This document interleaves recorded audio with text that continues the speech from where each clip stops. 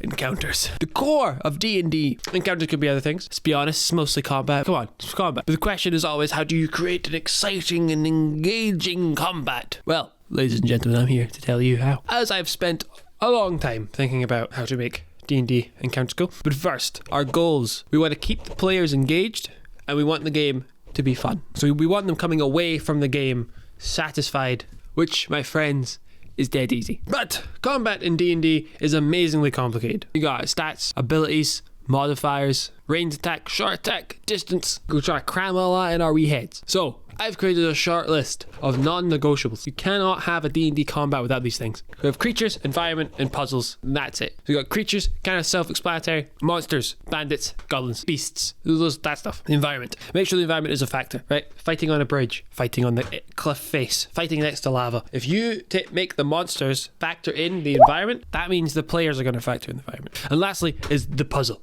So, the puzzle doesn't need to be a literal puzzle, like roll an intelligence check, solve the problem. It needs to be something, although you can put that in the middle of combat. The best time to put those puzzles is when there's danger, but it's something that puzzles the players. What's going on? How do we solve it? What's happening, right? Bad guys popping up out of nowhere, magic abilities that they maybe shouldn't have, puzzles. So this is the list, then that's the stuff. If you want to go away, prep a game, do that. I'm going to elaborate a lot. So, first things first, creatures. Don't think of them like stats, right? A wolf is not the stats of a wolf. A wolf is a wolf. Human is a human. A mind flayer is a mind flayer. Bears, ogres, trolls. These things are all monsters that have some form of logical playbook that they will follow. Zombies will just walk towards things and smack stuff, try and eat brains.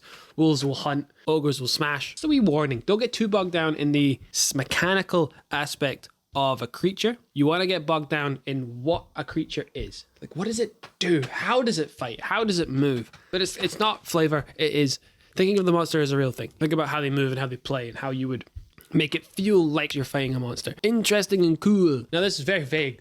I understand. What's cool? What do you find interesting? That's what you want to rely on. Rely on that feeling of, oh, this is just the coolest thing ever. Getting attacked by wolves as well as zombies, right? That's just cool. Why is it cool? Because zombies are coming straight towards them and the wolves are waiting on the sidelines ready to jump if they fail at any point. Cool. It's a cool situation. That's your leading guide for encounter design, is what is cool. And the creatures play a massive role in what you just think is cool. Oh, different types of creatures, right? Not necessary, but it's a huge help to making the encounter just much more engaging, much more fun. Than an adventure, Circle of the Dead. There's a zombie that throws bile at them and explodes. There's a zombie that moves really quick, and there's a zombie that just grabs them. Right? Very simple, but it's really fun for players to be like, I'm fighting the one with a halberd, I'm fighting one with a mace, I'm fighting one with a sword and shield, but it's fun, it's engaging. First and foremost, creatures need to be easy to manage. I talked about this in game flow, combat game flow, one of the other episodes. You can't spend too long thinking about what the fuck this monster does, what's its stats. Nothing is exciting if it's slow. That's not how it works. Things are exciting when they're fast-paced. Like, think of movies. Things are exciting when everything's happening at once and there isn't a big lull in it. It can still be good, it can still be fun, but exciting is a different feeling, and combat should be fast and exciting as far as I'm aware. But if you like mechanics, you're going to sacrifice speed, but you're going to gain a lot of depth and a lot of tactical fun. Mechanical aspect is stuff like movement. Like, you move 30 feet instead of just, you're either here or there, and if you're not over there, you're here. That would be speed. It's really quick to be like, you're over there now. If melee weapons do like D6 damage, two-handers do D8, and magic does D10. You've got a kind of standardized, simplified way of running the game. It doesn't matter what the player has, you know what the damage is. You don't have to go, oh, what's the great axe? Is it 2d6 or is it 1d12? Like, so the more you add of that, the more tactical it feels. You just got to tweak a little bit of the speed and mechanical depth to fit your table.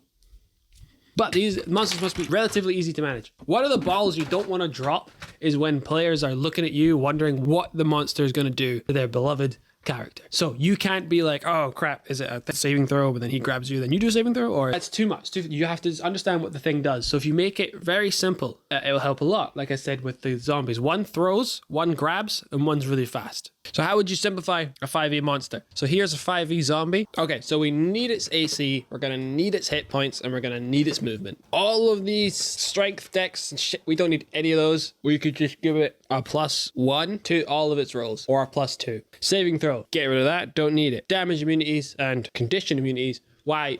No, we don't need it. And even if we gave it something like that, you can keep it in your head. If it gets poisoned and then you actually give it damage for getting poisoned, you're not going to ruin the game. It's just extra stuff for us to muddle through. We don't need that. We don't want that. Senses. What?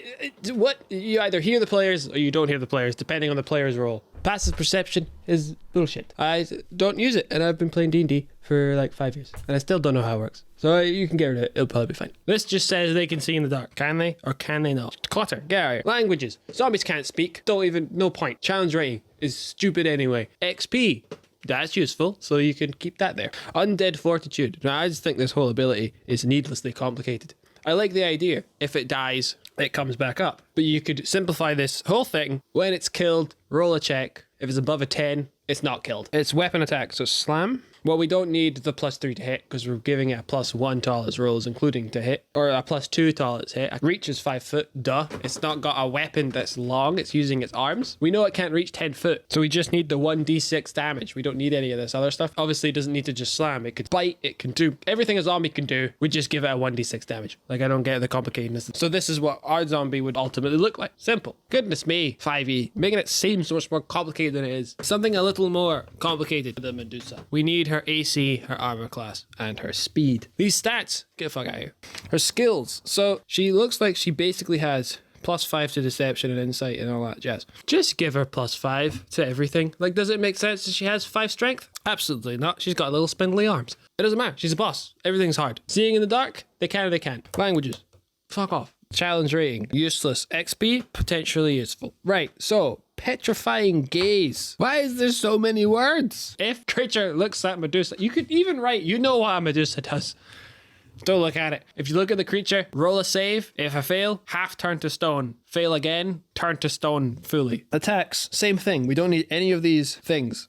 She does a D8 or a D6 twice, depending on what you want to do. But what are those numbers? So she has snake hair, short sword, or longbow. There's also 2d6 and 4d6 poison damage. One of the attacks does 3d6. Easy peasy lemon squeezy. So our stat block would look like this. Like, you can simplify all of this stuff with just, if you look at the Medusa, you need to beat a DC check of 14 or you get turned to stone. If they get turned to stone, the player's fucking dead. But if you want to give them a way out, make a potion from the tears of the tear ducts from Medusa, and that will free the people from stone. As it says, greater restoration or other magic. You can give them a way to reverse the stone turning, or you can just kill them. But either way, it's that simple. So we simplify the monster down from this nonsense that takes a long time to muddle through to this. So when it's our go, we can get through all of the monster's abilities and movements without spending too much time thinking. So we can get back to the players as quickly as we possibly can. Because players have a limit on how long they can wait. I don't think any players like waiting. Your goal is to budget the amount of time you make players wait in between their go. The most important reason to simplify the monsters down is so you don't need to spend most of your time with your head down figuring out what to do. If you want an engaging game, you need to actually be engaging. You have your head up, you need to be looking at the players, you need to be responding to like what they're saying quickly. I don't know why. This is engaging when you look at them.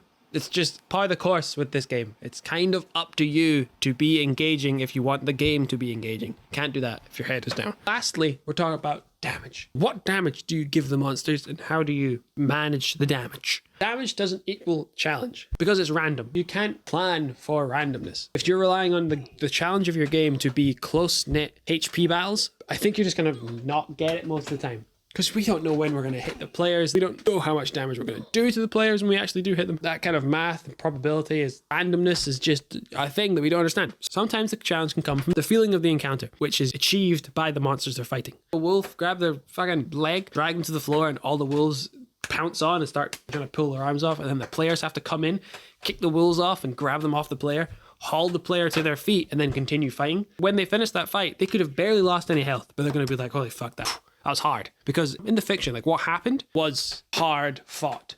So it felt challenging. But mechanically, it might not have been challenging. I would lean more towards that idea. Trying to make it feel like a challenge. It feels like a hard fight and it feels like a climactic thing. Split your damage between players. Or don't have the enemies focus fire on the players. Because that's just not fun. It's not fun to walk into a thing and get downed immediately. You want to find the times where that's the exception. But first you need to understand how the rules work before you go around fucking breaking them. So every monster should kill a player in 2 rounds or 3 rounds because there's going to be some rounds they miss. Sometimes they're going to get healed. 3 rounds is a good safe number. 2 rounds is like you might get a good challenge and you'll probably knock someone down. Not every monster should be able to knock a player out in 1 round. It's a bit too extreme unless that's what you're doing. But if they do average damage, in 3 rounds the player dies. So that gives me a wiggle room of the first round, things are getting hit. The second round, they get hit again, and then they're like, right, next round we're dead. By that point, they've probably killed or disabled some of the monsters, so it's not as drastic. That's kind of how I roughly gauge what I'm doing. A lot of this stuff is done by feeling. If you play enough, that's why I advocate for not leveling up too fast. If you play around with the players having 10 to 20 hit points for long enough, you start to get a feeling of how much damage each monster should do because you're always playing in that range. When the players keep up, it starts to feel like you don't fucking know what damage to give the monsters because your feeling of how much damage keeps getting moved around. My advice is to stick with a certain level of hit points for the players for like a while, like months. Learn the art form of damage. It's used for many things. And challenge is not one of them. So, in summary, think of a cool session. Think of a cool situation. Grab a monster that you think is cool. Think about how it will actually fight and how it moves. Make a simple stat block so you can easily follow it. Have some rounds where players are thrown, they're pinned, or they're grabbed. Your sense of how much damage to give monsters will fluctuate, but play enough and you'll find the sweet spot. But I do 2 to 3 rounds to kill a player if the monster is doing average damage. Thank you for watching my video. Next video will be out as soon as possible and it will be on environment.